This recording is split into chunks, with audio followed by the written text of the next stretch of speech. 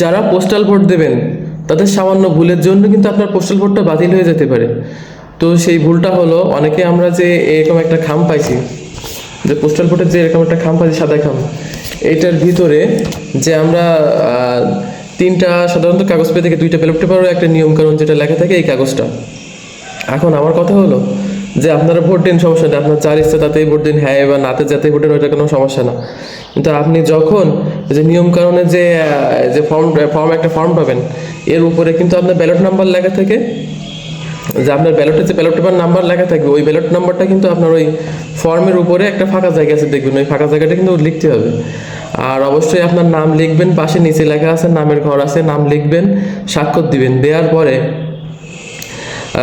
হ্যাঁ বা না যেটা ভোট দেবেন দিবেন, আবার ব্যালটে যেটা দেবেন ওটা দিবেন। দেওয়ার পরে যখন আপনি এই কাগজগুলো একসাথে করবেন, খাম তো দুটো আপনাদের, ভিতরে একটা হলুদ খাম আর একটা হলো সাদা খাম।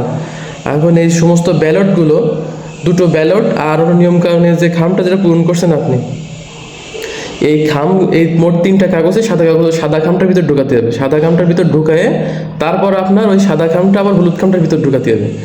আর এই যে বাইরের যে খামটা, এটা আপনার কাছেই থাকবে, সমস্যা নাই, এটা দেওয়া লাগবে না।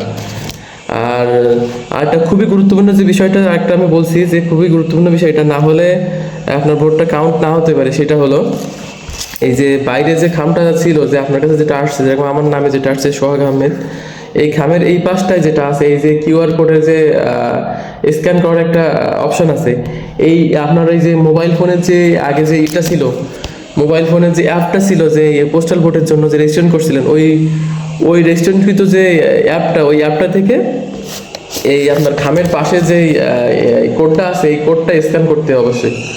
স্ক্যান করার পরে আপনার ওই ভোটটা কাউন্ট হবে। এখন এটা যদি আপনি স্ক্যান না করেন, আপনার ভোটটা কিন্তু কাউন্ট নাও হইতে পারে। তো ভিডিওটা বেশি লম্বা করবো না, এতটুকুই। যারা জানে না তাদের অবশ্যই জানতে সুবিধা করতে মানে একটু সাহায্য করেন, আর ভিডিওটা অবশ্যই শেয়ার করেন, জন্য অন্য মানুষের জন্য ভোটটা যেন সঠিক জায়গা মতো যায় বা নষ্ট না হয়। ধন্যবাদ সবাইকে।